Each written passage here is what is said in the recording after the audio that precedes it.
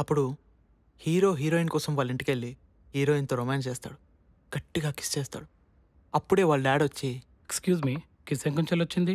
First time story చెప్పినప్పుడు ప్యూర్గా చూపిస్తామనే కదా నేను దీనికి ఒప్పుకుంది. యా బట్ కమర్షియల్గా వర్కౌట్ అవుతుంది సార్. రోషన్, కమర్షియల్ గురించి నువ్వు వరిగాకు. ఒక మంచి ఫిలిం ప్రొడ్యూస్ చేద్దామనే కదా ఇన్ని రోజులు వెయిట్ చేసింది. ఇది అదే story sir. No no, I don't think so.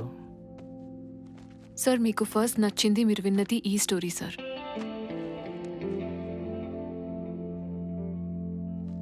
ఎవరి అమ్మాయి? నీలా సార్, యాక్చువల్గా ఈ స్టోరీ తనదే. యా సార్, ఈ స్టోరీ నాదే. నేమ్ మార్చి వాడు మీ ముందు కూర్చున్నాడు. యా, దిస్ ద వన్ కదా. నేమింది మార్చా? ఈ మీటింగ్ కూడా పోస్ట్పోన్ అని అబద్ధం చెప్పాడు సార్.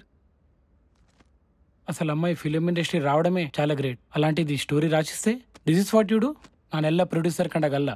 డైరెక్టర్ అంటే క్యాప్టెన్ ఆఫ్ ద షిప్. నేను ఎప్పుడు మూవీ తీసినా నువ్వు ఎప్పుడు director కాలేవు.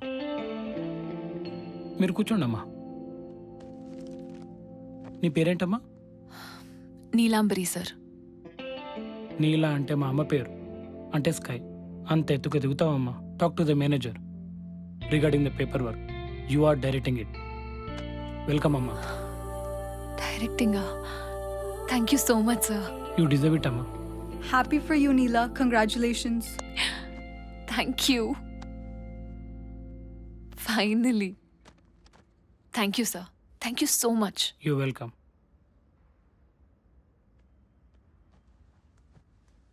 Sir I can explain. It's enough. రాసుంటే జరుగుతుంది అనడానికి వీడే ఎగ్జాంపుల్. గర్ల్ ఫ్రెండ్ పెళ్లి నుంచి డైరెక్ట్గా టెంపుల్కి వచ్చాడు. ప్రేమ గురించి అంత ఎక్కువ తెలియకపోయినా ప్రేమించే అమ్మాయితోనే ఉండాలనే క్లారిటీ ఈ జర్నీ ఇచ్చింది. ప్రేమిస్తే ఎంతేనా? ఈ వరల్డ్లో అందరూ ప్రేమించే పెళ్లి చేసుకోరుగా. బాయ్స్ లవ్లో మాత్రం చాలా వీక్ రా. గడ్డం గాళ్ళం, అర్బన్ యోగులం. ఎట్లా మారుతాం? ఆ క్యూట్ స్మైల్, అలా చూడటం, మాటలు మాటలు మాటలు అనడం, అస్సలు మిస్టేక్ లేకుండా ఇంగ్లీష్ అంతా భలే మాట్లాడతారు కదరా.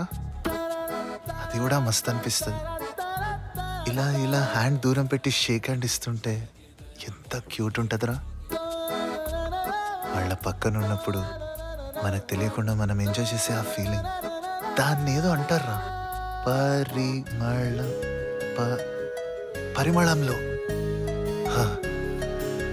టైంకి వర్డ్స్ కూడా సరిగా తెలియట్లేదురా. ముద్దుగా పిలిస్తే ఉండే ఆ మైకం. నేను కూడా కవితలు రాస్తున్నారా. ఏదేమైనా లంకకి వెళ్ళాల్సిందే. మొత్తం అగ్గి పెట్టైనా సరే సీతను తెచ్చుకోవాల్సిందే. ఒక్క ఈ రాముడు మాత్రమే కాదు, అందరు రాముళ్ళు ఇలానే ఉండాలి. అప్పట్లో హనుమంతుడు సపోర్ట్ ఉంటుండే. అన్ని టైమ్స్ హనుమంతుడు ఉండడు. మనం ఒక్కళ్ళమే ఫైట్ చేయాలి. ఎందుకంటే అక్కడున్నది నీ సీత, నీ పూజ.